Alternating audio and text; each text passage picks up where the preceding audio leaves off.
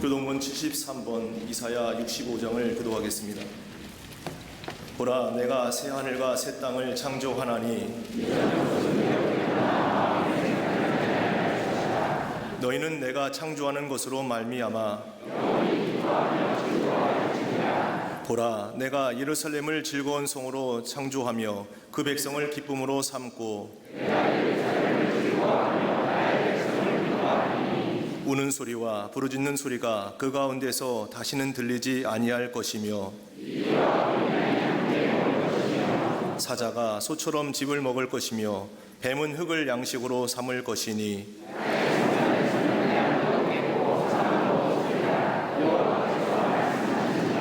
아멘.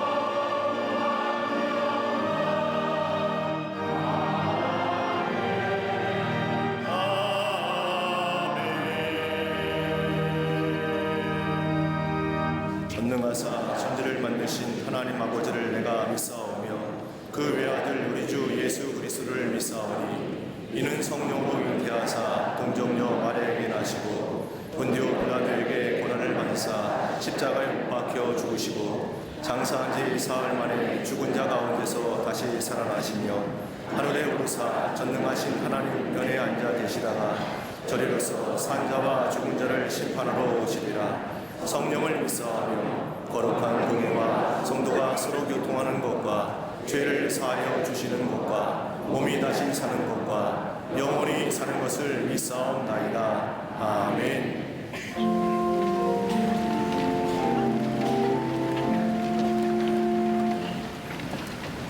거룩하고 복된 대강절 셋째 주일을 허락하시사 주님 전에 나와 하나님께 감사와 찬송과 경배를 올려드리게 하심에 감사를 드립니다. 주님 전에 불림받아 나온 저희들 모두가 예배드릴 때 때를 따라 도우시는 풍성한 은혜를 허락하여 주시옵소서. 메시아 오심을 대망했던 이스라엘 백성의 심정으로 오실 주님을 온전히 맞기 위해 참회와 순종으로 자신을 돌아보는 대강절기가 되게 하여 주시옵소서. 지난 주간의 삶을 돌아볼 때 하나님의 뜻과 섭리를 따라 살아가야 할 저희들이 하나님의 기쁨이 되는 삶을 살지 못하고 순간순간 내 생각, 내 뜻을 따라 살아왔음을 회개하고 자복하오니 저희를 불쌍히 여기시사 긍휼을 베풀어 주시옵소서. 예수 그리스도의 보혈로 깨끗이 씻음받아 주님 앞에 정결한 모습으로 나아가게 하옵소서. 영과 진리로 드려지는 주일 예배를 통해 갈급한 심령의 은혜의 담비를 흡족히 내려주시사 영적인 부흥과 도약을 이루는 은혜의 만조를 경험케 하여 주시옵소서. 대한민국을 기쁨의 동산으로 회복시켜 주실 하나님 아버지, 하나님 주시는 지혜와 능력으로 나라 안팎의 여러 난제들을 해결할 길이 열리게 하옵소서. 이념 간, 계층 간, 세대 간 갈등으로 상처받은 이 나라를 치유하여 주옵소서. 겸손히 주님의 인도하심만을 기다리며 간절히 부르짖을 때 모든 환난에서 건지시는 주님의 인도하심을 온전히 경험하게 하옵소서. 죄와 죽기까지 싸웠던 한국교회의 순교적 영성을 회복시켜 주시사 거룩과 진리, 사랑과 희생으로 민족을 치유하고 열방을 섬기는 제사장 나라가 되게 하옵소서. 한라에서 백두까지 여호와 하나님을 아는 지식으로 충만하게 하옵시며 한반도의 보혈의 의로움으로 피 흘림 없는 복음적 평화 통일이 속히 임하게 하옵소서. 포갑의 정권과 정치적인 혼란, 가난으로 고통받는 북한의 백성들을 불쌍히 여기시사 지하교회 성도들의 부르짖음에 응답하심으로 저 어둠의 땅을 하나님의 거룩한 빛으로 밝혀 주시옵소서. 열방 선교사들과 세우신 교회를 통해 황폐해진 나라와 백성들이 복음의 능력으로 회복되게 하여 주시옵소서. 복음의 영광을 선포하는 교회로 광명제단을 이끄시는 하나님 아버지, 올 한 해도 사랑과 섬김의 감동을 통해 믿음의 선한 증거로 세상을 화평케 하는 교회의 사명 온전히 감당할 수 있도록 인도해 주시니 감사를 드립니다.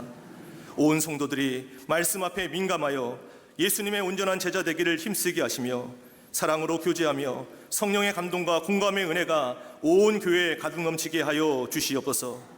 어디든 부르심의 자리에서 순종하며 협력과 헌신을 통해 내면의 기쁨이 충만한 교우들 되게 하옵소서. 모든 부서와 기관, 속회와 선교회가 겸손과 눈물, 인내와 오래 참음으로 헌신하게 하시며 사역의 방향이 믿음으로 정렬되어 집중력 있는 사역을 감당케 하옵소서.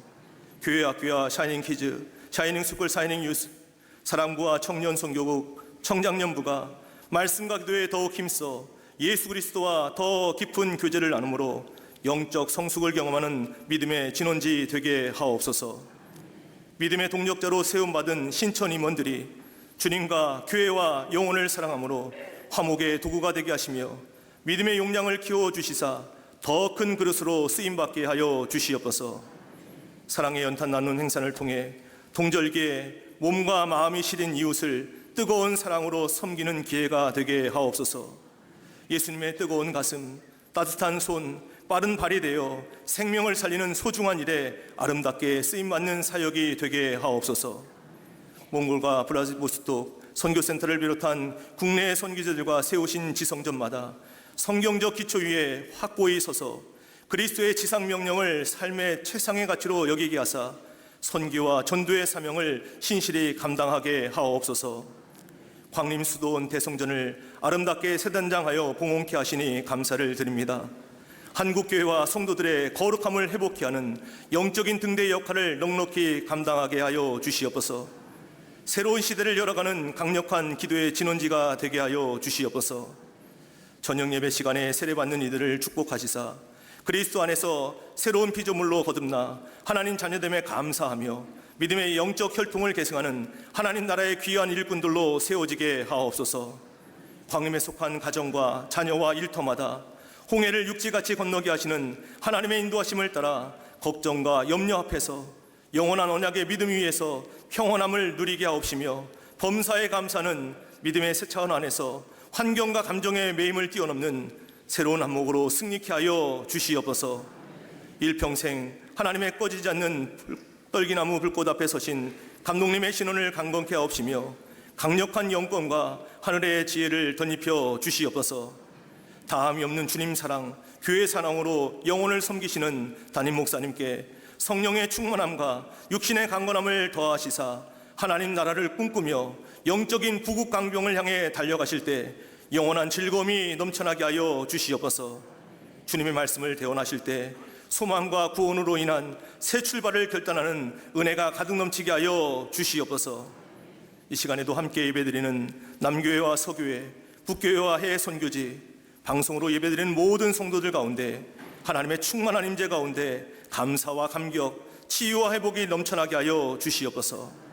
병상에 있거나 여러 사정으로 이 자리에 참석지 못한 교우들에게도 성령 충만한 임재 앞에 나가는 복된 주일 되게 하사 병든 자가 나음을 입으며 낙심자가 소망을 얻고 말씀의 귀와 믿음의 눈이 열려 영적 용량이 확장되는 예배자로 회복시켜 주시옵소서.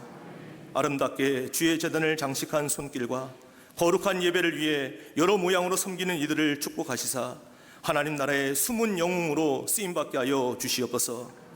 주의 영광을 영롱하고 아름다운 소리와 장엄하고 열정이 넘치는 가슴으로 찬양드리는 갈릴리 성가대와 오케스트라의 찬양을 기뻐 받아 주시오며 찬양이 울려 퍼질 때 강력한 말씀과 능력 있는 찬양이 어우러지는 영적 선순환의 현장이 되게 하여 주시옵소서.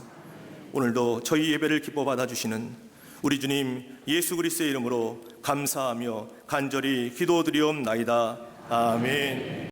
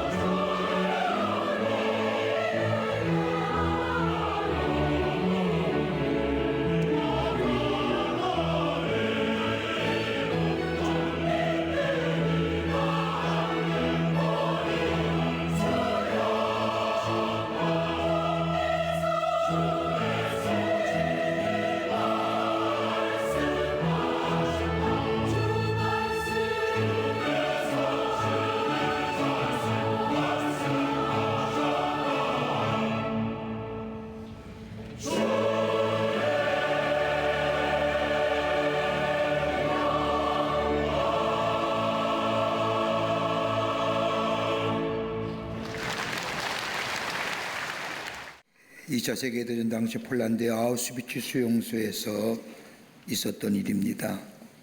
수많은 유대인들이 이곳에 갇혀 있다가 가스실에 무참히 연기로 학살당하고 맙니다. 지금도 세계 곳곳에 이들의 영혼을 추모하는 추념관들이 많이 있는데, 워싱턴 DC의 홀로코스트라고 하는 나치에 의하여 죽음을 당한 유대인들을 기념하는 전시관을 가보면 저들이 얼마나 참담하고 참혹하게 죽어갔는가를 볼 수가 있습니다. 그들이 갇혀있던 지하실 벽에 아직도 이러한 낙서가 고스란히 남아있다고 합니다. 그 낙서의 내용이 이런 겁니다. 우리는 메시아가 오실 것을 믿고 있다. 근데 그분의 도착이 단지 좀 늦어지고 있을 뿐이다. 우리가 메시아 오심을 내가 확실히 믿는다. 그런데 그분의 오심이 조금 늦으실 뿐이다 라고. 죽음을 기다리면서도 그들은 이렇게 희망을 노래했던 것을 읽을 수가 있습니다. 우리가 읽는 하나님의 말씀은 우리에게 새로운 생명력을 소유할 뿐만 아니라 우리의 있어질 앞으로의 미래의 일들에 대하여 약속하신 약속의 말씀입니다. 생명력을 공급하고 우리에게 구원과 영생을 가져다 주고 우리의 삶을 새롭게 변화시키는 이 하나님의 말씀을 읽다 보면 한 가지의 공통점이 발견되는데, 그 단어는 약속이라는 겁니다. 하나님은 약속하시고 약속의 말씀이고 약속의 증거고 약속의 성취가 바로 하나님의 말씀 성경입니다. 여러분, 많은 동물들 가운데 약속할 수 있는 유일한 동물이 있다고 하면 사람입니다. 사람만이 약속이 가능하지요. 이 약속에는 약속된 미래가 있고 그 안에는 기다리는 현재가 있습니다. 약속된 미래와 기다리는 현재의 긴장관계 속에 사는 것이 우리 인간입니다. 그런데 어떤 사람이 성숙한 사람이냐? 다름이 아니라 약속의 성취가 될 미래를 바라보며 살아가는 인생이 복된 인생이요 인격자의 삶이라 할 수 있을 겁니다. 이 기다림에는, 미래를 기다리고 미래를 바라보는 삶에는 두 가지 유형이 있습니다. 하나는 막연한 기다림, 막연한 바람입니다. 약속도 없고 기약도 없이 막연한 희망 가운데 기다리는 것, 이것이 막연한 기다림 속에 바람으로 남아있는 겁니다. 또 하나 있다고 한다면 약속이 있는, 성취가 있는 소망입니다. 약속하신 말씀 위에 그 약속이 이루어질 것을 믿는 믿음 안에서 기다리는 것, 이 소망입니다. 그러기에 그리스도의 삶이란 다른 것이 아니라 하나님의 약속하신 그 말씀이 우리 안에 그대로 성취됨을 믿는 믿음 안에서 하나님의 약속의 성취를 바라보며 그것을 기다리며 사는 삶이 그리스도인의 삶일 겁니다. 그렇게 그리스도 안에는 소망이 넘쳐나는 인생이라는 겁니다. 오늘 읽은 본문의 말씀을 보십시오.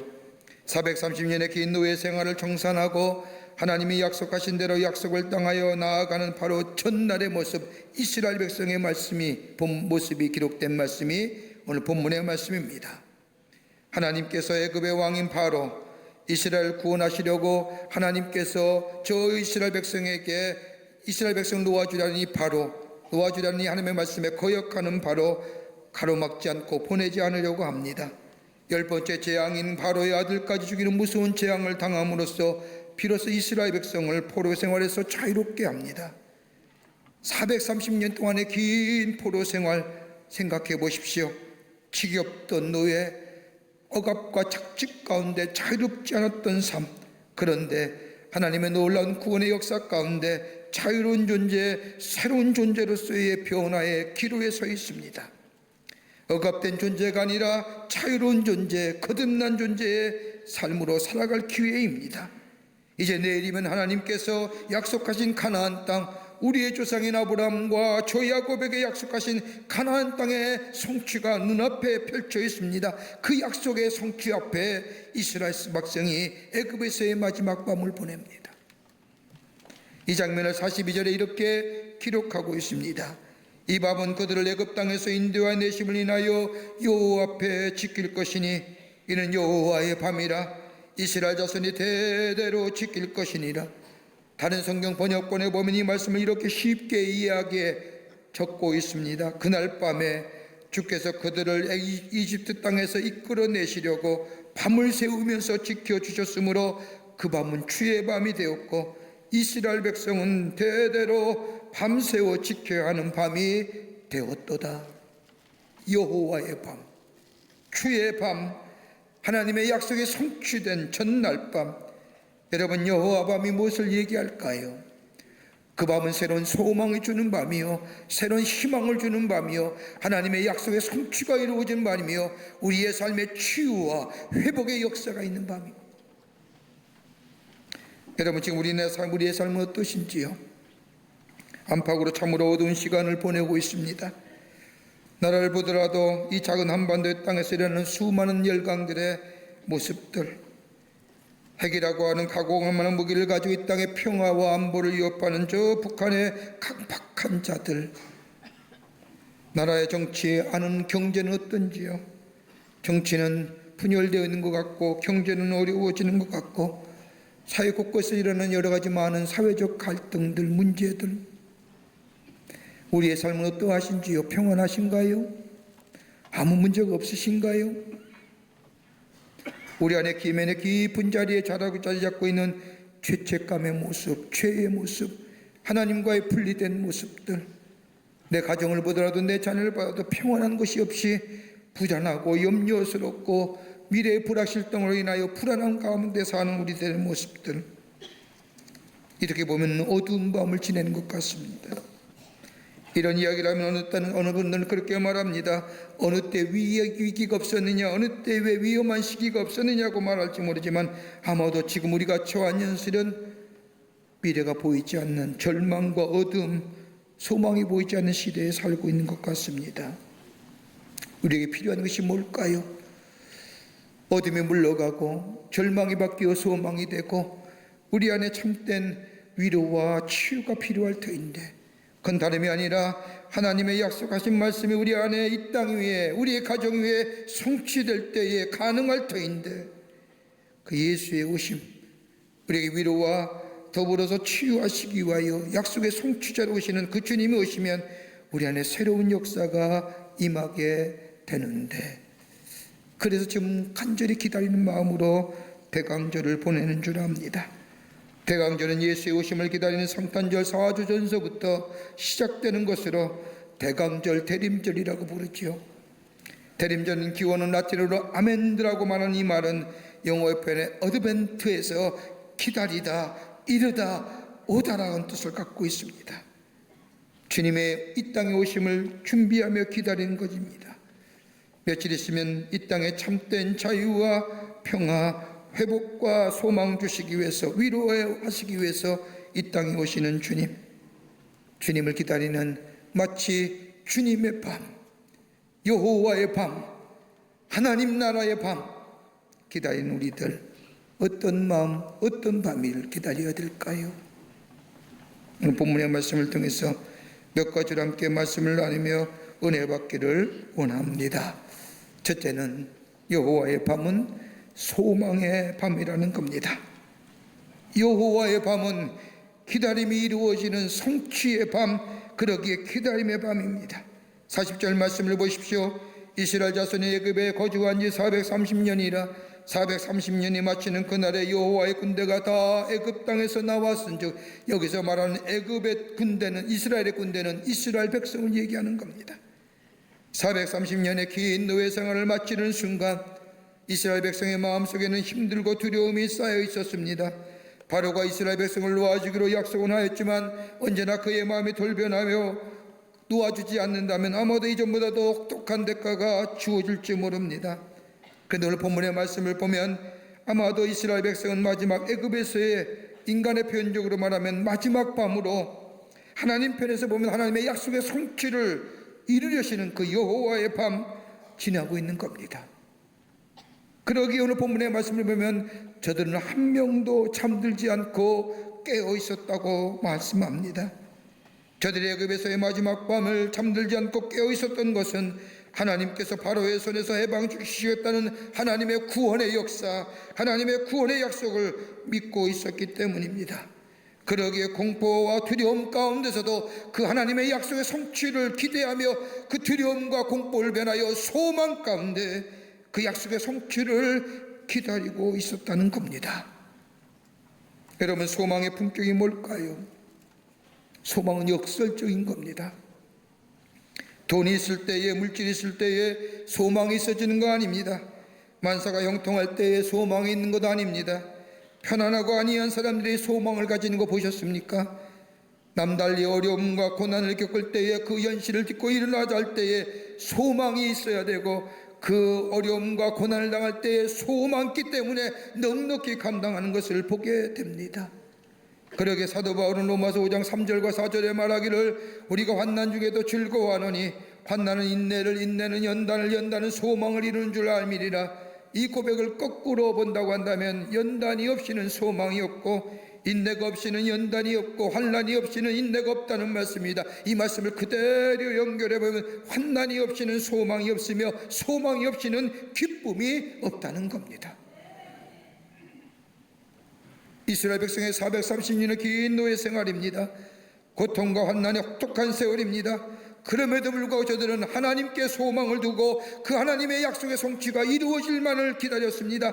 하나님만이 구원하실, 하나님만이 치유하실, 하나님만이 회복시키시리. 그 구원의 역사가 일어나기 전날 밤에 저는 두렵고 떨리는 마음이지만 그 약속의 성취를 기다렸다는 겁니다. 여러분, 기다린다는 게 쉬운 일일까요? 여러분, 기다린다는 게 참 쉽지 않은 일입니다. 요즘 시대에 기다리는 것만큼 어리석거나 바보스러운 일은 없을 겁니다. 그 이유가 뭔지 아십니까? 세상이 얼마나 변합니까? 얼마나 급변합니까? 자고 일어나면 알지 못한 일들이 곳곳에서 일어남을 보게 됩니다. 그러기에 그 시대 흐름 속에 빨리 적응하고 빨리 함께 살아가는 것이 시대에 합당한 생활이에요. 빠르게 변하는 시대 속에 무엇인가 오고 이루어질 것을 기다리면 늦다는 겁니다. 늦는 겁니다. 그러기 이 시대의 흐름이 기다림을 받아들이지 못하지요. 또 하나 있습니다. 기다리기 쉽지 않은 것은 예측할 수 있는 시대에 살잖아요. 가까운 예로 내일의 일기예보를 과학적이며 경험적인 것을 통하여 예측합니다. 내일은 어떠한 일이 될 것이다, 어떠한 날씨가 될 것이다. 여러분, 심지어 결혼한 남녀들이 앞으로 자신들 사이에 태어날 자신들의 아이의 얼굴을 예측할 수 있다고 하지 않습니까? 사진가다가 컴퓨터에 둘을 딱 넣으면 장차 태어날 아기의 얼굴이 이렇게 나온답니다. 그거 보고 우리 결혼할까 말까 결정한다고 하지요. 예측할 수 있다고 생각하며 살지만 예측할 수 없는 일, 예상할 수 없는 일들이 우리 주변에 얼마나 많이 일어나고 납니까? 그럼에도 불구하고 우리의 삶 속에 무엇이가 예측하고 또 상상할 수 있다기에 기다린다는 것은 쉽지 않은 일이죠. 또 하나, 빨리 결정하고 선택하는 시대 속에 살기에 기다리면 뒤처지는 것 같습니다. 빨리 선택하고 결정해야만이 그것이 바로 이 시대를 사는 삶이라고 얘기하기에 기다리고 오기만을 기다리며 그 성취를 기다리는가 어리석은 일입니다. 익숙치 않은 일입니다. 근데 여러분, 성경에 나타난 하나님의 사람들 가만히 보십시오. 하나님의 구원의 역사에 쓰임받았던 사람들을 보면 기다림이라고 하는 이 광야를 통하여 하나님 앞에 쓰임받았던 것을 봅니다. 여러분, 아브라함 어떠하지요? 갈대아 우르를 떠날다고 할 때에 하나님께서 약속하시지 않을까? 하늘의 별과 같이 바다의 모래가 같이. 그때 그의 나이가 75이었습니다. 몇 년 기다려요? 25년의 세월이요.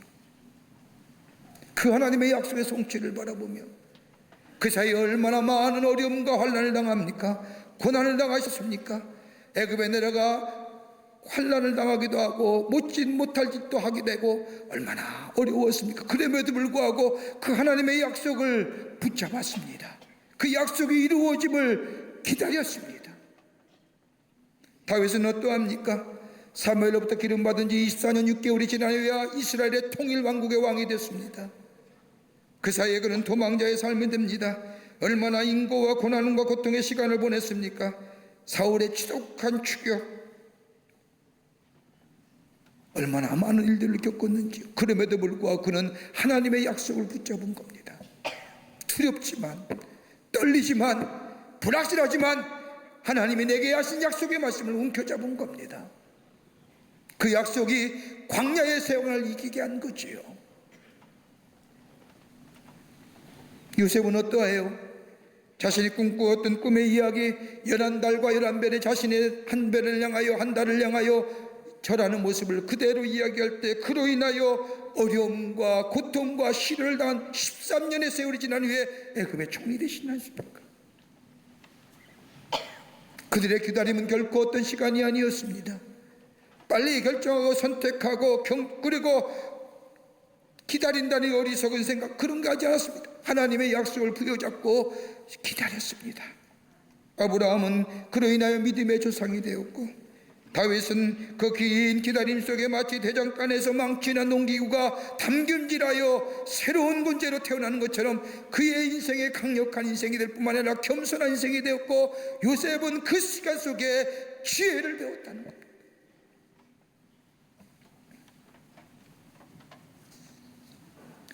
치료할 수 있습니다. 불편할 수도 있습니다. 그러나 성경에 말하는 이 기다림, 하나님의 약속의 성취를 바라보며 그 약속의 성취를 이루어질 기다림은 새롭게 됨의 시간이고, 성숙되어져 가는 시간이고, 지혜를 얻는 시간이고, 왜 우리를 새롭게 하고, 왜 우리를 성숙게 하고, 왜 우리를 지혜를 얻게 할까요? 다름이 아니라 그 기다림과 그 약속의 성취가 이루어진 그 기다림에는 하나님의 사랑이 녹아져 있기 때문인 거예요.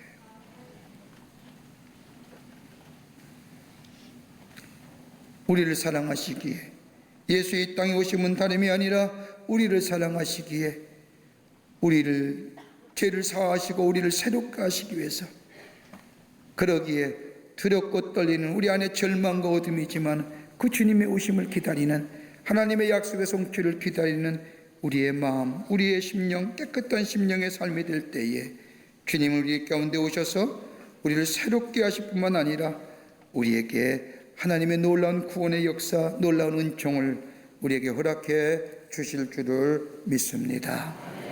두 번째는 여호와의 밤은 구원의 밤이라는 겁니다. 오늘 본문의 말씀을 보십시오. 애굽에서의 마지막 밤은 여호와의 밤, 애굽 사람에게는 재앙의 밤입니다. 첫 아들을 죽이는 재앙, 이 재앙을 피하기 위해서 이스라엘 백성을 양을 잡아 그 피를 문선주에 뿌려놓았습니다. 장자를 죽이는 마지막 재앙을 집행한 천사들이 피가 발라진 그 집은 통과함으로써 이스라엘 백성은 구원받았습니다. 이걸 가리켜서 유월절입니다. 주님의 밤, 여호와의 밤, 애굽 사람에게는 아들이 죽는 통곡의 밤이었지만 어린 양을 피를 바른 집은 죽음의 재앙과 지나가는 구원의 밤이었습니다. 그러기에 이 어두움, 여호와 밤에 죽음의 그림자가 지나갔다는 것, 유월절의 사건을 사도 바울은 로마서 5장 9절에 이렇게 고백합니다. 그러면 우리가 그 피로 인하여 의롭다 하심을 얻었은즉 더욱 그로 말미암아 진노하심에서 구원을 얻을 것이니라.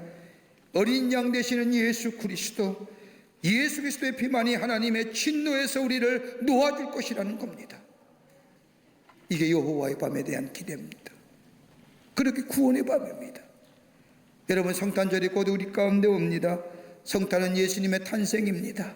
기쁘고 즐겁고 선물 나누고 파티하고 그것이 아닙니다.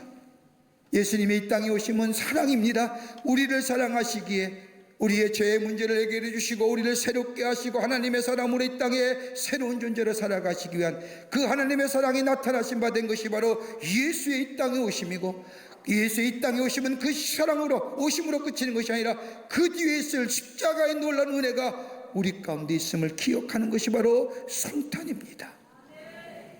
구원하심입니다. 여러분, 인류가 시작한 이래로 인간에게서 가장 큰 문제는 다름이 아니라 실존적인 문제인 죄라는 문제입니다. 여기에 자유로울 사람 아무도 없습니다. 그러기에 문학이나 음악이나 인간의 사상을 표현했던 여러 가지를 보면 한결같이 인간의 실존적인 한계는 죄의 문제를 다룹니다. 여러분, 음악조차도, 문학의 표현들, 미술의 표현들 가만히 보십시오.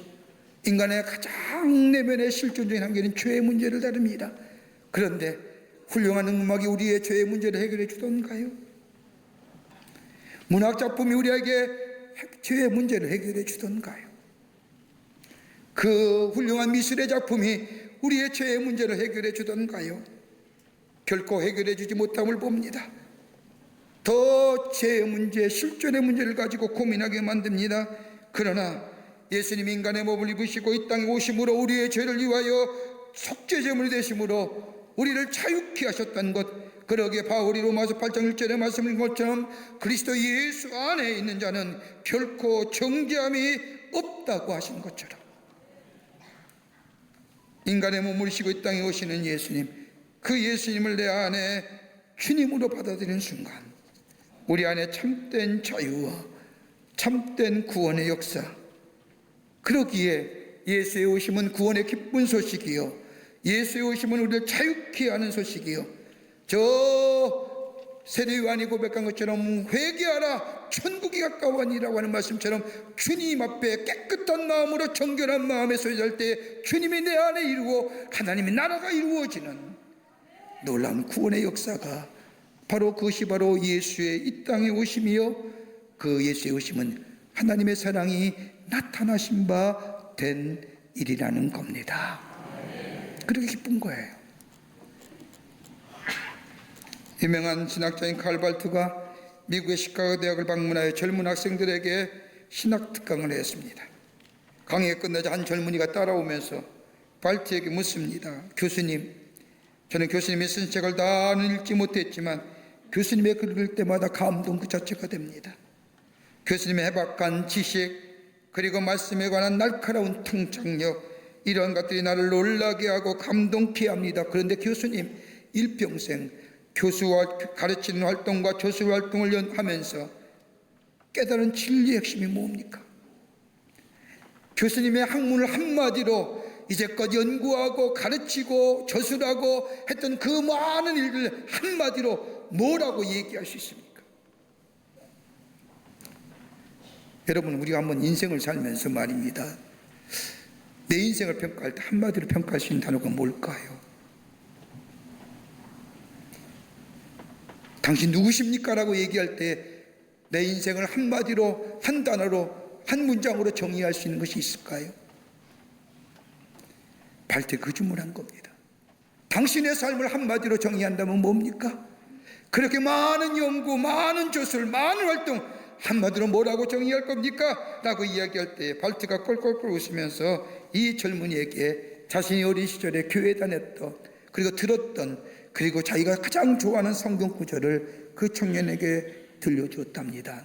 나의 학문과 나의 간증은 예수 사랑하심은 거룩하신 말일세, 날 사랑하심이 성경에 써있네. Jesus loves me. The Bible tells me so. 예수 사랑하심은 거룩하신 말씀, 그 사랑하심이 성경에 써있네. 이게 내 학문이고 내 인생이요. 나를 사랑하시는 예수님, 우리를 사랑하시기 이 땅에 오시는 예수님, 주님, 그 구원이 내 안에 있음을 두렵고 떨리는 마음으로 소망 가운데 기다리고, 그 주님이 내 안에 오실 때 어서 오시옵소서라고 기쁘게 영접하고 받아들이는 자, 그 안에 뭐예요? 구원의 역사가, 새롭게 됨의 역사가 우리의 마음속에, 우리의 심령 위에 임하여 우리를 하나님의 자녀로, 하나님의 백성으로 온전케 되는 역사가 있게 될 줄 믿습니다. 그리고 이 밤은 뭐예요? 구원을 이루는 밤이에요. 끝으로 여호와의 밤은 새로운 출발의 밤입니다. 새 출발의 밤이에요. 오늘 42절의 말씀을 보십시오. 이 밤은 그들을 애굽 땅에서 인도하여 내심을 인하여 여호와 앞에서 지킬 것이니 이는 여호와의 밤이라. 이스라엘 백성이 더 이상 바로에 의하여 붙잡혀진 인생이 아닙니다. 하나님의 약속의 하심에 붙잡혀 새로운 삶으로 나아가는 새 출발의 밤이라는 겁니다. 더 이상 노예가 아닙니다. 속박당하고 붙잡아 사는 존재가 아닙니다. 하나님의 은혜로 자유함을 얻어 하나님의 백성으로 하나님의 약속을 바라보며 나아가는 새로운 존재가 되었다는 겁니다. 그 새로운 출발선에 선 새로운 존재. 여러분, 구원받은 백성이 그런 거예요. 예수를 내 마음의 주인 삼고 예수님과 함께 동행하며 예수가 나의 삶의 인도자가 되심을 고백하며 매일매일 구원의 역사를 경험한 삶은요, 매일매일 새로운 출발선에 새로운 존재로 살아가는 출발선에 선 사람. 그러게 구원이 매일매일 있어져야 되는 겁니다. 한 번의 구원의 역사가 아니라 오늘도 구원받고 내일도 구원받고 과거에도 구원받고 매일매일 내 삶 속에 구원의 역사가 있을 때에 그 삶은 매일매일 새롭게 되는 새로운 존재로서의 새로운 출발선에 서는 삶. 이게 그리스도의 삶이에요. 이전의 모습이 아닙니다. 가치관과 세계관이 달라지는 겁니다.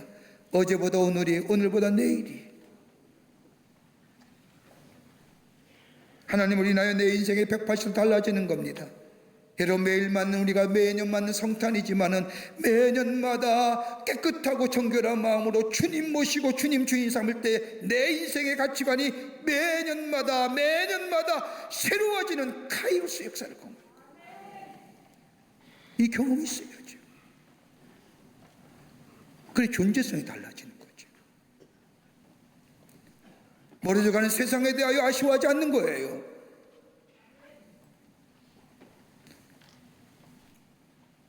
예전에 내 삶이 내가 내 삶의 주인이었다고 한다면 이제는 하나님이 나의 삶의 주인 된 거예요. 이 놀라운 구원의 역사를 경험하게 되면 오늘 이스라엘 백성이 하나님을 향하여, 하나님이 이스라엘 백성을 향하여 얘기하지 않습니까? 그들을 애굽 땅에서 인도하내심을 인하여 여호와 앞에서 지키시라. 그러니까 구원의 감격이 매일매일 넘쳐나는 거에게 하나님 앞에 모여 매일매일 찬송과 영광을 돌리는 인생 되는 거죠.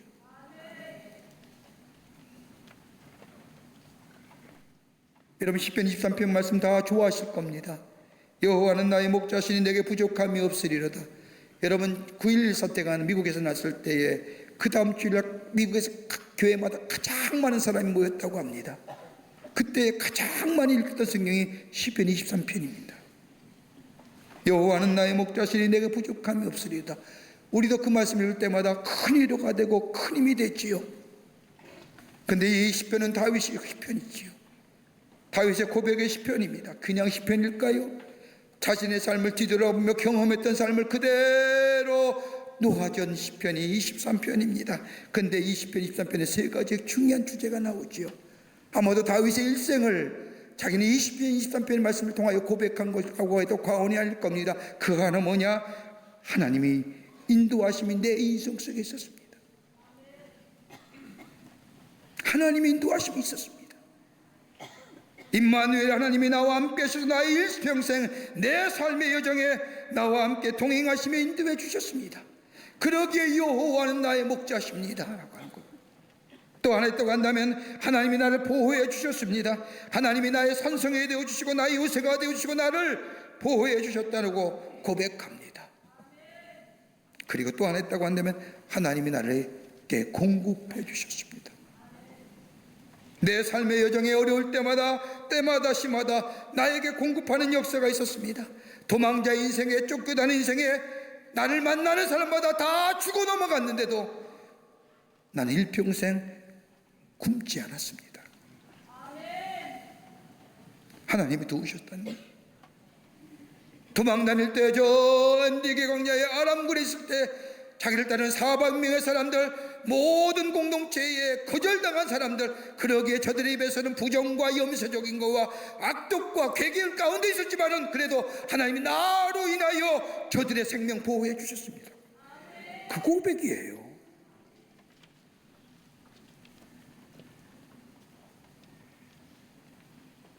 주님이 함께 하셨기에, 주님이 도우심과 보호하심이 있었기에 내 인생이 어둠 가운데 있더라도 아침에 돋는 해 같은 인생으로 살아갈 수 있었고, 진흙 같은 인생이었지만은 동이 들 때에 어둠이 물러가고 내가 가야 할 길을 볼 수 있었고 내가 무엇 해야 되는 것을 알 수 있었고 주님이 내 인생의 밝은 빛이 되어 주셨기에 내가 여기까지 오게 됨을 가능하게 되었습니다. 그러기에 여호와는 나의 목자십니다라고 고백합니다. 이스라엘 백성을 보십시오. 구원의 밤에 달라지지 않았습니까? 하나님의 구원의 역사가 일어났습니다. 더 이상의 노예가 아닙니다. 애굽을 누렸던 삶 이제는 다 필요 없습니다. 그러기 39절 말씀에 그들이 애굽에서 쫓겨남으로 지체할 수 없으며 아무 양식도 준비하지 못하였음이었더라. 여러분 이 말씀 가만히 생각해 보십시오. 기가 막힌 말씀이시죠? 아무 양식도 준비하지 못한 그 이유가 어디 있을까요? 급해서요? 하나님의 구원의 역사가 급한 거예요. 빨리 여기 나와야지요. 지체할 수 없는 거예요. 그러기에 애굽에서 지내고 즐겼던 것 아무 의미가 없는 거예요. 그거 가지고 나올 여력이 없는 거예요. 시간이 없는 거예요. 왜요? 구원의 역사가, 하나님의 역사가, 새롭게 되는 존재의 역사가 시작됐기에 그거 의미 없는 거예요. 빨리 가야죠.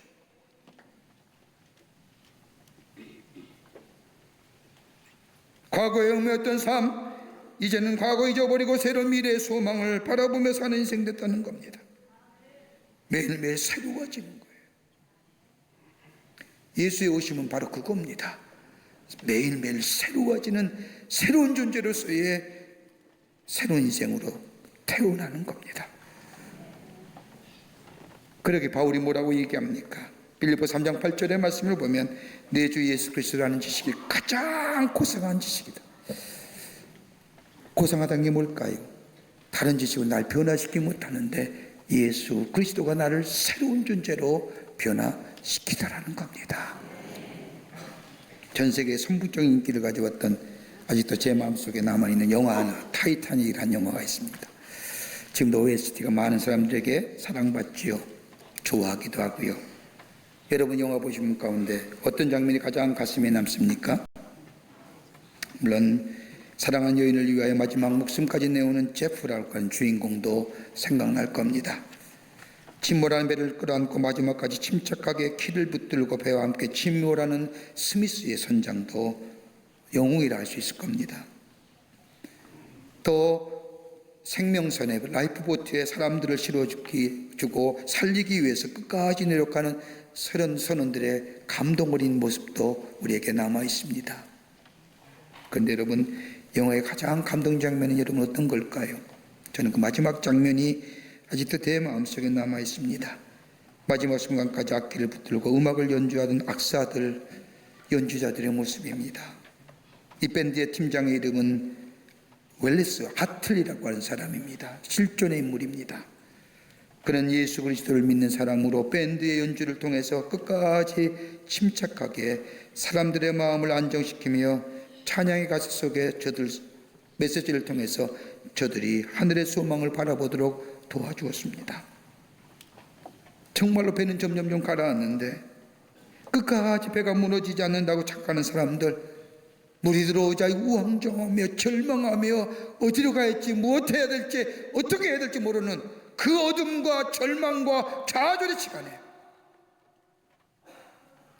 이 하틀리는 오케스트라 멤버와 함께 장엄한 연주하지요. 몇 명 안 되는 단원이지만 그 연주는 그 자체가 장엄한 겁니다. 그러면서 멤버들을 격려하면서 연주하면서 이렇게 외칩니다. 예수를 의지하십시오. 그를 가까이 하십시오. 그분이 우리의 소망이십니다. 침몰하는 배 속에 이 배는 절대 무너지지 않아, 이 배는 절대 가라앉지 않아 라고 믿었던 저들, 침몰하는 배 속에 절망하며 좌절하며 어디로 가야 무엇해야 우왕좌왕하며 하는 저들에게 예수 소망입니다. 예수 의지하십시오. 예수 가까이 하십시오 라고 하며 저들이 연주했던 찬송이 뭔지 아십니까? 내 주를 가까이 하게 함은 십자가 진 같은 고생이나 내 일생 소원은 늘 찬송하며 주께 더 나아가기 원합니다. 여러분, 누가 위로해 주실까요? 여러분의 절망의 마음, 아픈 상처, 누가 위로해 줄까요? 예수가 우리의 소망 되시고 예수가 우리의 구원의 주가 되시는 줄 믿습니다. 그분이 오십니다. 그리고 구원을 베푸실 밤이 우리 앞에 있습니다. 그 두렵고 떨리는 마음, 우리의 삶의 종황은 그렇다 할지라도 그 주님 오심을 소망 가운데 기다리고 그 구원을 기다리며 새롭게 되는 존재, 새로운 존재 양식으로 삶으로 살아가는 새로운 결단의 자리에 서게 될 때 그 약속은 우리 가운데 이루어지고 우리 안에 풍성한 하나님의 약속의 성취가 있게 될 줄 믿습니다. 이런 믿음으로 살아가시는 주님의 오심을 기다리는 여러분과 저와 되시기를 주의 이름으로 축원합니다.